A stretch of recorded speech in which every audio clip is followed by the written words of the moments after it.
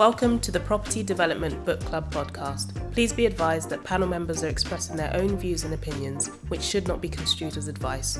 The audience must carry out their own research and consult an appointed professional for advice.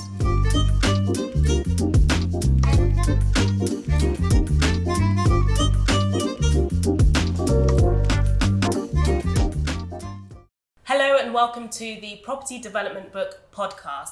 In today's discussion, we'll be looking at master planning as it pertains to large regeneration projects. We've got a great panel of guests with us today, consisting of architects, planners, regeneration specialists. So we're going to get right stuck into the discussion now. Begin with introductions. I'm Faith LOCKEN. I'm a development manager and chartered commercial surveyor, and I'll move over to my right. Thanks, Faith. My name is Jazz. I'm the principal at BHALLA Architects. I'm a town planner, an architect, and I have a background in master planning and urban design. Hi everyone, I'm Peter George. I lead large-scale regeneration projects in North London, including Meridian Water. Hi, I'm AJAYI. I'm a regional director at Chorus Projects. Hi, I'm HANNA AFOLABI. I'm a development director for Balfour Beatty Investments, and I lead and specialise in regeneration projects. Hi everyone, I'm AMANDEEP. I'm an architect, an urban designer, and an associate at BFirst. I'm Nathaniel Thomas. I'm a principal development management officer, dealing with kind of large-scale redevelopment sites and regeneration sites around East London, with some experience in West London as well. Cool. So first question, for the audience, for people that don't know, what is master planning? I'm going to direct that at Nathaniel first. So master planning is kind of looking at a really comprehensive kind of scale of planning, where you're looking at a plot of land or a really large plot of land, and essentially it's identified as having kind of large-scale redevelopment opportunity, where it could be partnered with the local authority or private development firm could come in and essentially have the foresight to say, I don't know, if it's a small plot of land, we're going to have maybe 1,000 units in there over a certain amount of time or within a certain space, and you look at that piece of land comprehensively. So that looks at the infrastructure, how many units you're going to get in there. If it's residential, commercial, it's something that kind of really brings in everything into one piece, and it's trying to avoid any kind of piecemeal kind of development. And in saying piecemeal, I mean you're not chopping off a slight bit of the block and then someone comes in a lot later and does it, and leaves it for someone else to look at. You want to look at this piece of land as a whole redevelopment opportunity. And at the point at which you come in and identify that, you're looking at kind of like a 5 to 10 year kind of plan and how that's going to be delivered. That would be my understanding of it and my experience in working from the local authority point of view. Yeah, and Amandeep, you're an architect by sort of trade. How do you look at or approach a master planning exercise? For me, it's master planning is creating pieces of city.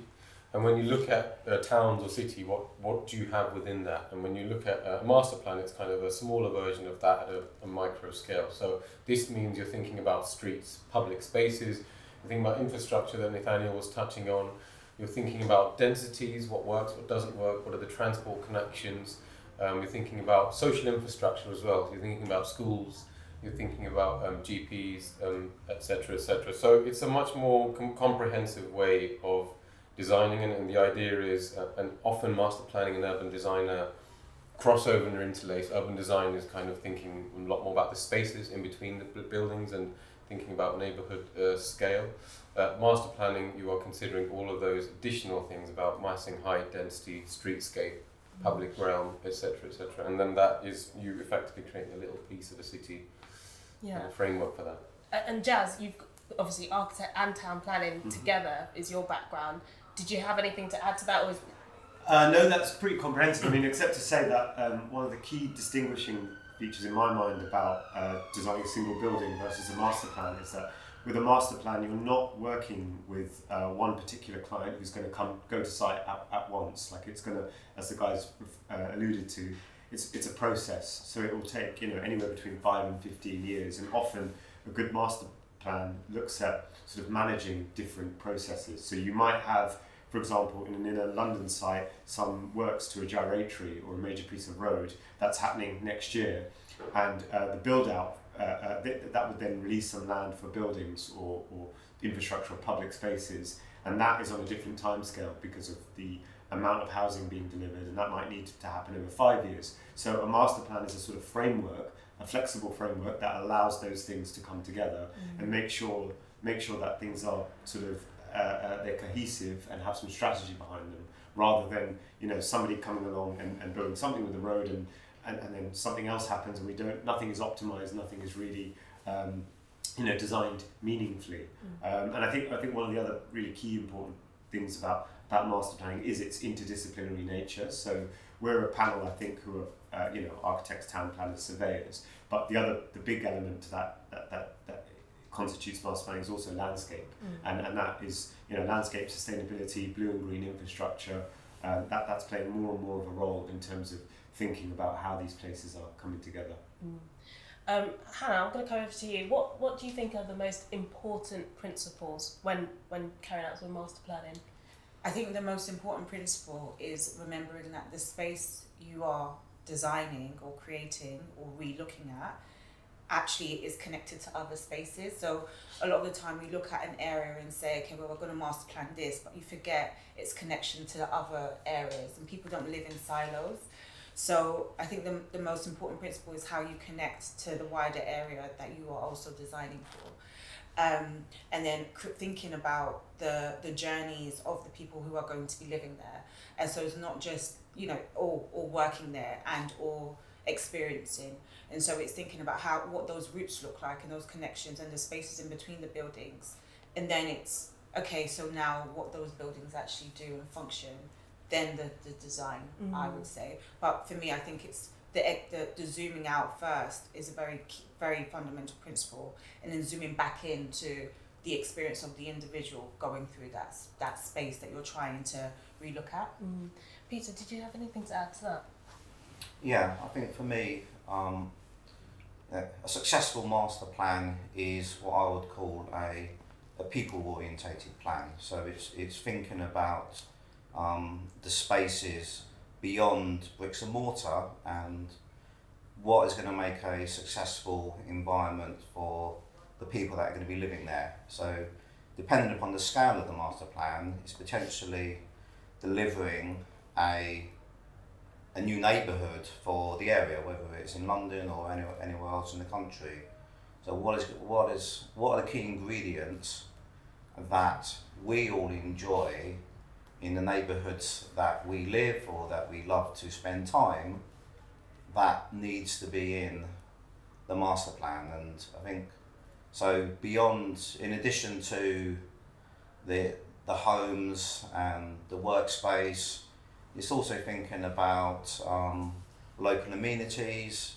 It's thinking about bars, cafes, parks, and in the current climate, we have to think a lot about the role of the master plan in contribution towards climate change, and how we can design a place so that it's a space for everyone. So thinking about it also in terms of equality, diversity and inclusion.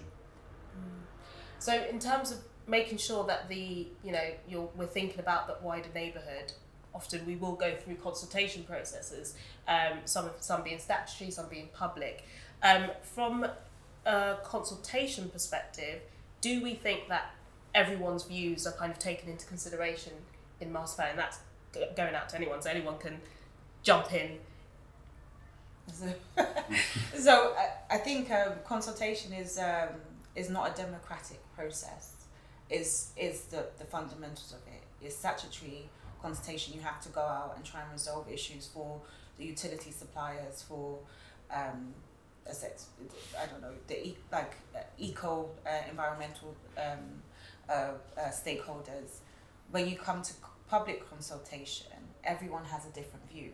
So there's a difference between, actually you need to make sure that the amount of water flow going into the Thames Water is X, and so you have to consult with Thames Water that they can manage the development of your scheme, and a neighbour or a person saying, actually I hate the colour of your building. How do you take that on board if someone else is saying, actually I kind of like the colour of that building? And so the public consultation process is about hearing views, but not not every view can be taken on board, and it's not actually a public vote. It goes back to your local councillors, your local authority determining whether or not it hits certain criteria to be delivered. So it's kind of hard it's to please kind of everyone, hard to isn't please it? everyone. Nathaniel, I It's can see you not- nodding. it's not possible. I mean, it's not possible to take everyone's views on board, and also not everyone comes out to give their opinion. Yeah. So you set out a public consultation. You hope people will come and attend, and then you hope the views that are being provided at that public consultation is varied enough. But the actual truth is that it's not. You have a certain type of people who have the time and have the wherewithal to engage in a public consultation. So But where I think you mentioned about people have a vote or not, the only time that might vary is within a GLA context. And if you've got regeneration to existing estates where you are demolishing and building, I believe the number's over 150 PC, you might be able to. That's when actually, if you are taking GLA funding, you are required to actually get a ballot from the residents who may actually decide, no, development's not for us in this context. And there are certain metrics, a certain amount of people have to participate. And often that can be actually voting two or three choices, and one of which could be full-scale redevelopment, and another one could be there could be some infill development with refurbishment, and then there's something else. So there are certain points where if you're taking GLA funding, you can be more empowered. But I think the challenge comes to when residents start to feel that development is done to them rather than for them. And I think for me, when it starts to flip the other way, when they feel it's for them, is when firstly, the mindset that the development organisation takes to go to the residents in the first place is one of development is for these people, and therefore it is imperative that what we design is suitable to their needs. And that starts from starting at the beginning. And I think rather than going to actually, we're about to go to planning in 3 weeks' time, or actually gone to planning and that's the only time you're getting your consultation in, because at that point most people feel disenfranchised and actually you're doing this regardless. And then at that point all you will get is feedback that is often quite negative because, well, you didn't ask me what I thought. So I think the process beginning right at the beginning with blank sheets of paper, because often these people know, the residents that have lived there know their area more than any of us will ever know. And I think when people feel that actually I have something to give to you that you don't have and you're listening to me for it, they will thank you infinitely and actually come on board with the journey. I think the difficulty with that, and I agree with you, like you have to start very early on in the consultation process. It's just that sometimes you can't take on every single person's view, and you're limited by legislation, regulation, and just other broader desires from say local authority or other kind of key groups, and so you still do lose some of that. Lose some of the kind of like public buy-in to the scheme because you can't deliver on something that they think should be an easy win when actually it just really isn't. Yeah. So there's a balance there. Yeah, totally. I mean, I kind of get where both of you are coming from. It's like I think we need to sort of remember that because consultation has been done so badly for such a long time, people inherently approach the process with an enormous amount of suspicion. Suspicion of local authorities, suspicion of developers who sort of promise lots of things, then sell a site, then a new person comes in and can't deliver any of the things that are sort of beyond just the bare bones.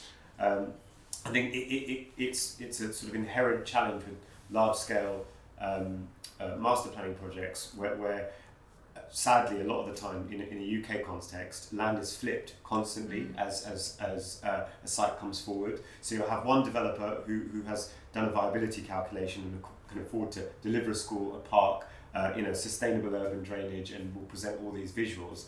And because of the way finance is associated to development, something will go wrong, they'll need to sell it, they'll need to make a profit on that sale, and a lot of that value is stripped out. And that's when it becomes inherently challenging to kind of continue to take people with you. So I think we, in the last sort of few years, we've really seen, I think, a kind of renewed vigour with which we're trying to approach public consultation and try to sort of open things up. But I think the only way, as you said, to do that is to kind of start things from the offset. Touching upon, you mentioned there, viability and finance. Obviously, finance is linked to development. From a viability perspective, this question is going to go to Hannah and to Aya as well. How does a developer, or if you're a consultant advising developer, how do you look at sort of a master plan exercise and ensure that the project is viable and can remain viable, particularly if you're doing a master plan, you're looking at the long view, that sort of 5+ years. How are you making sure that it is viable and you can deliver it? Yeah, I think, and it's probably even a design point as well, you have to allow as much flexibility within the scheme as possible. So going through an outline master planning exercise, you hope that at least some extent of the massing and scale and the proposals are set within at least a baseline. But like you said, over years things change, and so as you deliver one phase, and obviously within the context of an outline master plan, you can go back and you do your reserve matters application, but sometimes you need to make amendments. And so it's enabling within the context of your planning and in the context of your master plan design that you can adjust. And so I was working on one in Canning Town where we had done the master plan, did phase 1, had an issue with one of our anchor tenants, had to flip the town centre redesign, and you had to go back, look at the master planning principles, and then resubmit a reserve matters application. And I think the planning isn't necessarily the easiest thing to navigate in the world, but allowing for optioneering in your process is very important to ensuring the long-term view of viability. For an individual phase, you just have to also look at it in its own context outside of the other phases, while also looking at it in the total view. Because at the end of the day, you have to go back to your funders or to your shareholders and justify why they might need to make that contribution to the community aspect now, and then make up their profit in the future. From a cost perspective, where have you seen master planning be done well and phases be delivered and actually be profitable? Has it been done well? Let me just start with talking on some of the challenges around cost modelling, especially master planning. It's one of the reasons I find master planning so exciting, right? You've got a number of uses all on one site. One of the challenges is the dependencies. So, we talked about the infrastructure and the importance of the infrastructure. When you've got a number of stakeholders who are looking at particular, they've got their own particular challenges, their own particular benchmarks that they're looking at, and how you divvy up, so everyone knows the cost of an individual building. Maybe they've got an idea of what a cost of a school might be or a residential block. When you then look at the infrastructure and then try and attribute a section of, it is a challenge. We've talked about flexibility being such an important point. Flexibility and fixity of cost don't normally go together. So when you get flexibility, you don't really get, it's hard to pin down. There are ways of doing it well. So it is difficult. I mean, I've seen a number of schemes done well. I mean, the first master plan scheme I was involved in it was the Canada Water scheme. That was the Barrett scheme with Affinity Sutton. I was working more so on the Affinity Sutton side as an employer's agent, but seeing that go through on the phases and seeing, it kind of culminated with the tower at the end. But seeing that come together and seeing what it's done to the local area was amazing. Again, there was challenges there where, viability and everything's set. You talk about the length of time that a typical master plan takes. We're preempting. You can build in your fluctuation metrics. You can look at where you think inflation is going to be. However, at the same time, it's always sensitive to market, right? So the local developer there's got construction costs is a lot of what I deal with, but also the valuation, and they know where they think they're going to come to. As to how the market reflects, so it determines effectively, also has, everyone's there to make money. So there's also points such as Hannah has mentioned as to why you might have to look at reshuffling and doing other phases and bringing them forward. Not easy, again, with planning. And how do you fix that? I've worked on master plans as well where, King's Cross is probably another example. I mean, I've done, you look at the length of time that King's Cross has gone on and what Argent have done on that site, and I've covered, a kind of 3-year period, a short period of that, but seeing what they've done there and seeing how they've used and just changed and revolutionised that site has been amazing. Again, like I say, you're fixing costs at the beginning, and you're trying to make those estimates moving forward. It's not easy, especially where you have things like Brexit. Exactly. I was going to say macroeconomic factors. You have like COVID. Yeah. So yeah, it's a very difficult task. I guess, you know, my job is making sure that the client has considered all these factors and within their own constraints work with them, you know, because everyone's got different individual needs, and to get as much flexibility as possible, making sure that they fully understand what the risks are. So there's a number of examples. I could say Canada Water, King's Cross that I've worked on that are I've seen done really, really well and very, very viable. Well, it's actually a lot of what you say reminds me that the question of what constitutes a good master plan. I think one of the key words that we haven't mentioned yet is legacy, and having someone who's in it for the long term. Yeah. And you know, like you may say what you want about the kind of stylistic response, but that's why like places like Poundbury, done by Prince Charles, the Prince's Foundation, have, because there's a kind of long-term investor who's got an eye to the future, they have been able to kind of invest a lot into the public realm, into landscape, things like that, you know. I mean, it's one of the reasons why we're seeing more sort of pension funds get involved, institutional investors getting involved with big master plans, because they have the kind of heft behind them to sort of provide capital on the long term and look to long-term returns rather than a short-term fix. There was something in the paper like about a month ago about the legacy of the Battersea Power Station redevelopment, and it was so interesting. Like we haven't got time to go through it, but it's a really interesting case study into the challenges of developing a really complex site where it's been flipped so many times. And I think it was once sold for like £1 to the owner of Alton Towers or something like that. I never knew that until I read it, and it's just taken such a long time and gone through so many changes. And you know, there's things that I've done well about it, but there's an enormous amount of compromise that's happened, and that sort of physical, the way that those are sort of manifest in the space, you can see it on the site as well, the kind of compromises.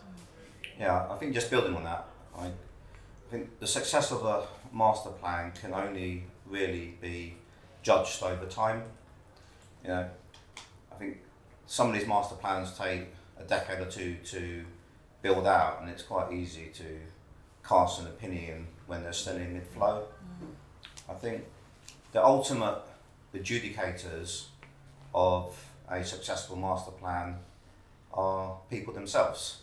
So particularly where the master plan is a mixed-use master plan, the extent to which those public spaces are used, the extent to which the amenities are used, the extent to which the homes remain desirable and sought after years after the developers left, that demonstrates a truly successful master plan. And I think the examples given around Canada Water and King's Cross are good ones, although they are still got further stages to go.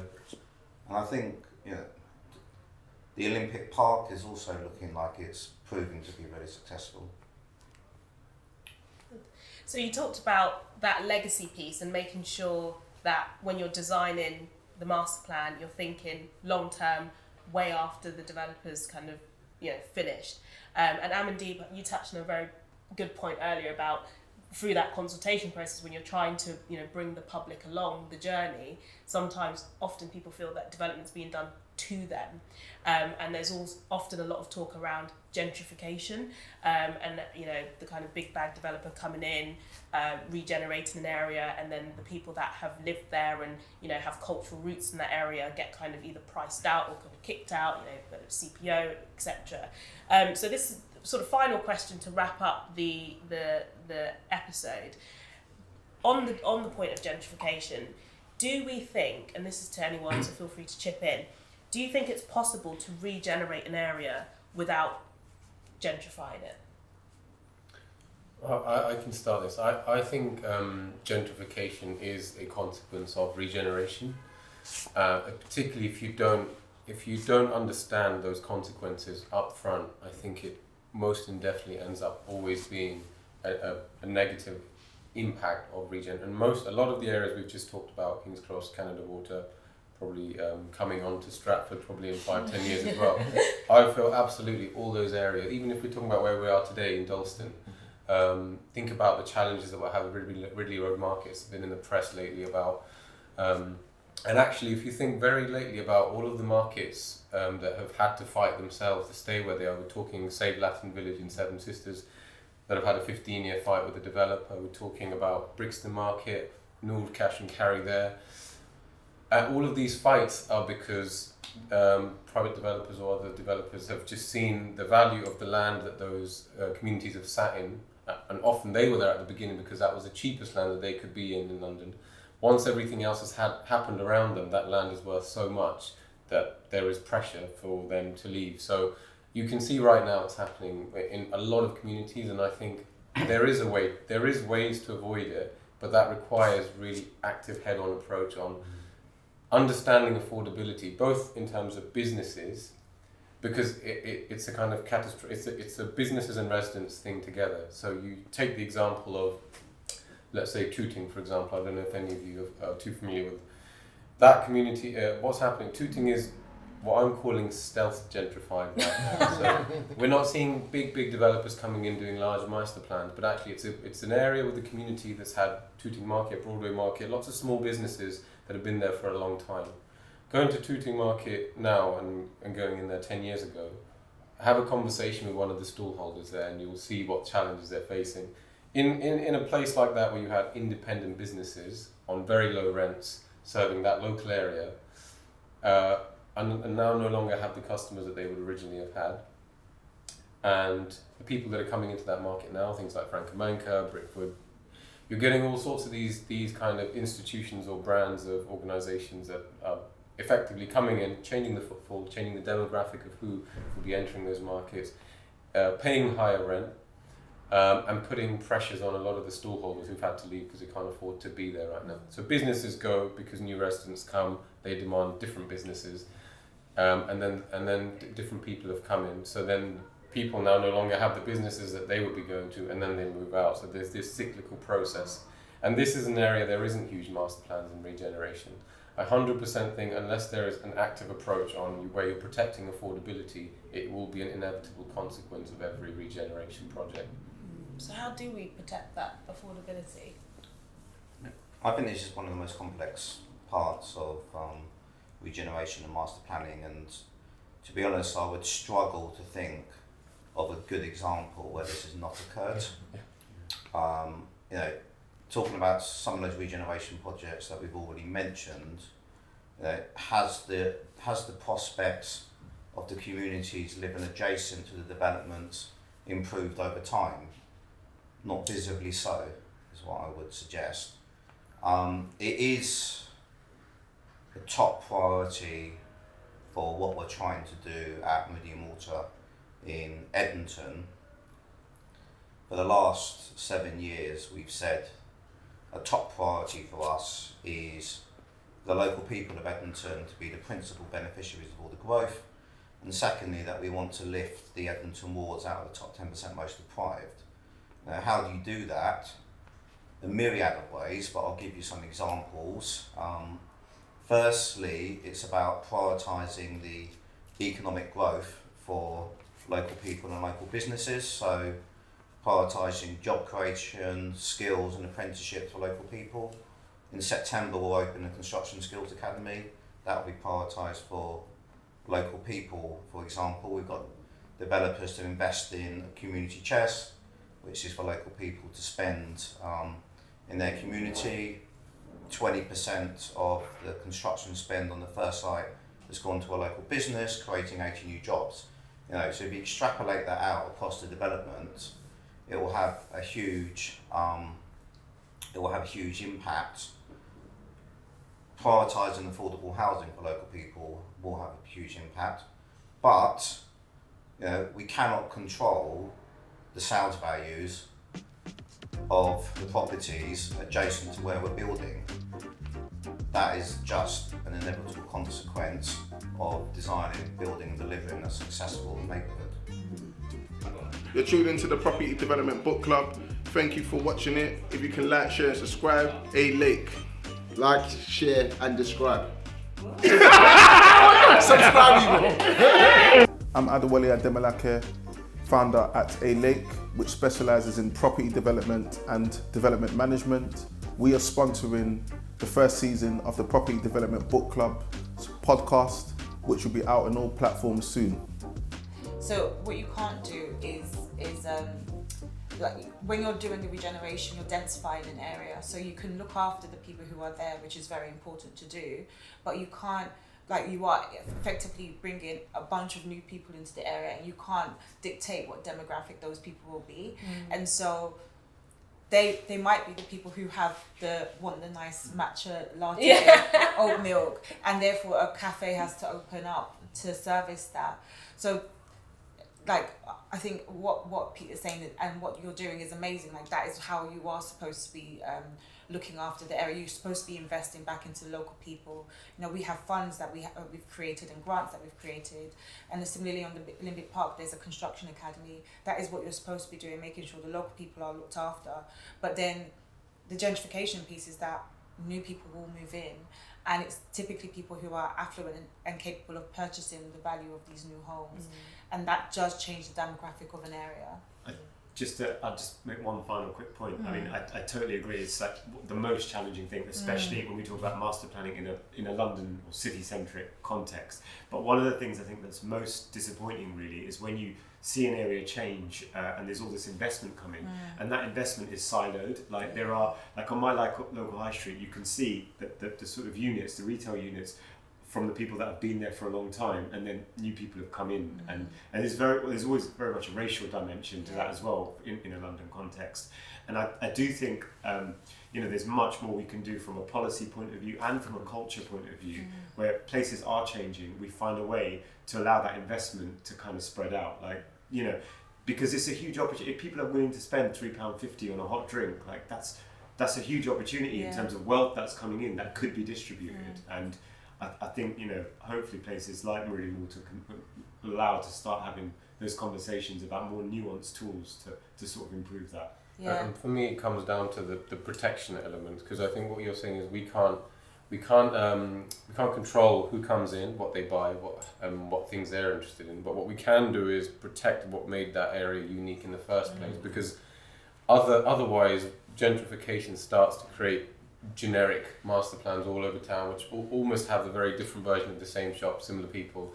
The things that make Edmonton unique from Barking to some parts of like Brixton, etc., we got to protect that. So in the case of Elephant and Castle Shopping Centre being demolished, yes, all those shopkeepers, not all of them have, 80% have been given other opportunities. But what have you lost there? You've lost a group of people that created a specific atmosphere and interest in a place that made that part special. If you've dispersed all these people in higher rental, what you've lost is a community that took several years, decades to build. And I think if we can do the protection piece, whether it's like if a building has to go and people have to be rehoused, it's the same thing with Save Latin Village. They had their own community action plan. We're not opposed to development, but it must be conducive to our needs. And it's kind of protecting the things that make each town and each area so special and unique, whilst knowing that it will change, but the change should be in the benefit of the new people and the people that have been there for generations. Did you have something? Yeah, I think it kind of just speaks to that whole putting people at the heart of that process, putting the community at the heart of that process. I mean, what is the intention of the master plan? Essentially, if you're intending for this place to be completely transformed and for everyone that was there originally to be priced out, then that's definitely going to happen. But if you have put them at the heart of that process from the start, you've gone through your consultation, you know that we're actually trying to build this place up for the people that live there. But at the same time, understand that things will organically change as that goes on as part of that process. But again, that interesting point in terms of what kind of mechanisms do we have over time to ensure that 5 years down the line, those communities aren't forgotten about. They might have been the priority at the start, and then 5 years down the line, they're forgotten about entirely. There's no funding. Section 106 money's run out. It's one of those things. So I think understanding the whole course of that master plan. You've got a 15-year master plan. People will come in, but what was the intention in the first place? We wanted to make homes better for people that live there, and putting those at the heart of that process, I think, will will definitely aid that. At this point, you can't control who comes into the area. Don't entirely agree, because what you can control is the levels of affordable housing. Yeah. And what we've seen on a number of major developments is the level of affordable housing is inadequate. And that does result in gentrification if the level of affordable housing's 20-25%, and that's not just happening in London. I think some of the developments in Manchester have also got a really low level of affordable housing across that whole city, and that's really going to impact the city of Manchester. So we can build in 40-50% affordable housing with a good level of social housing, but also intermediate housing, so that those who are not eligible for social housing, those priced out of private housing, still have an affordable means of continuing to live in an area. I would challenge that in the sense that from a developer's perspective and a viability perspective, as much as a developer might want to build lots of affordable housing, it comes down to cost. And like we were saying earlier, when you're looking at a 15-year plan, the level of affordable housing we could build today might not be the same in 7 years' time. So I think there's a lot to be considered in that process. I think Can I come back on that point? Sure. I think where London's in a better place than places outside is we have a regional plan in the London plan, which sets as a threshold a level of affordable housing of 50%.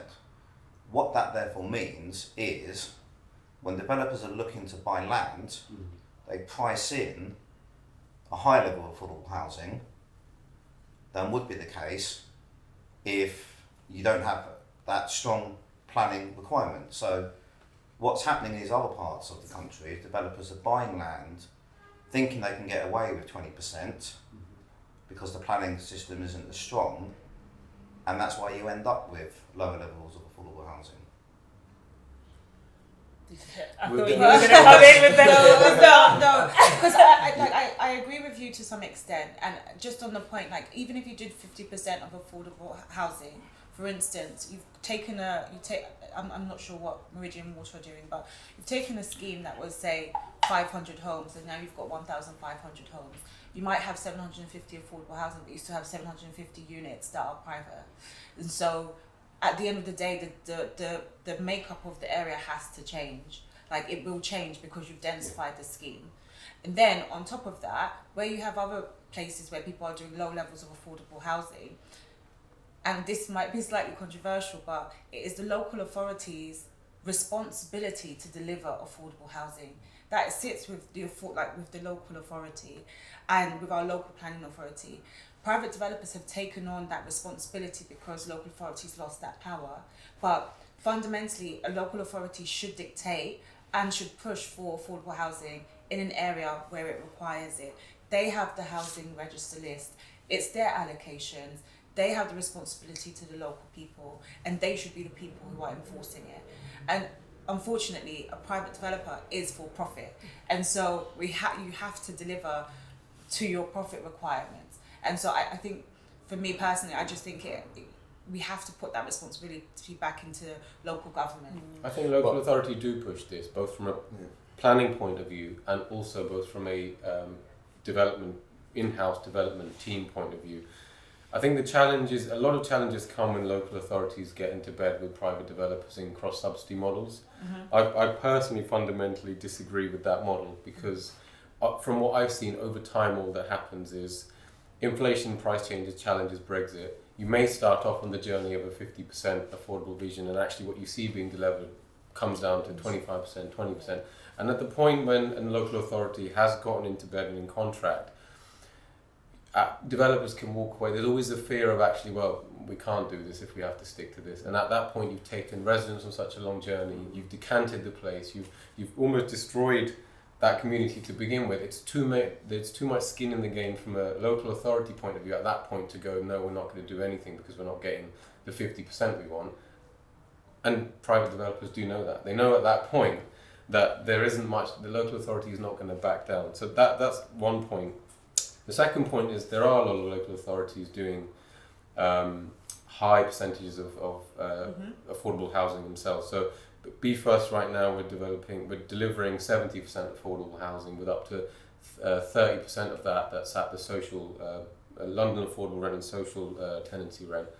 And other local authorities in Enfield, in Haringey, and also other parts of the borough are taking the mantle by themselves and going, well, look, the market's not doing this. Yeah. The powers were taken away. There was this big local authority-led drive before, and we need to build up our stock again. So, there is a few mechanisms that the local authority has that private developers don't. One being availability of land, and second being availability of low-cost funds. Yeah.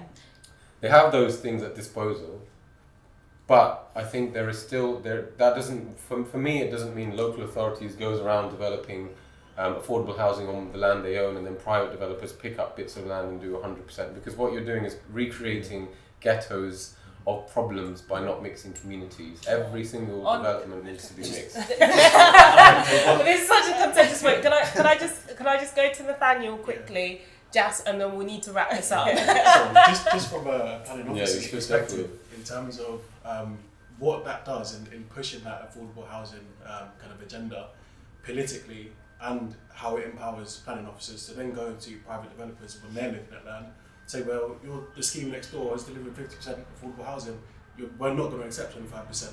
And that committee, there is no way that councillors they're aware of the borough, they know what's going on, they know what's going through the planning committee. If they're aware that down the road Meridian Water is delivering 50%, and then a private developer comes in next door and says, well, we can only afford 25, like, well, no way, you're right next door, there's no way we're going to accept that. So the more we push for those, and the more that comes forward, and we accept the 50% and we push for those, the culture completely shifts, and developers coming into the borough know that, well, we're not going to get this through committee if it's not 50%. And then that empowers everyone to kind of really push that agenda. And I have found that working at Be First, working on both the private schemes and through the council, that we are able to go back to developers and say, we are absolutely not accepting this. And that's where we see the change. Thank you. And I think we're going to wrap it there. We could talk forever, honestly. It's been such a great discussion. Just hearing from everyone's perspective on regeneration, on master planning. This has been the Property Development Book podcast. We hope you enjoyed the conversation. We look forward to you tuning in for later episodes. Thank you.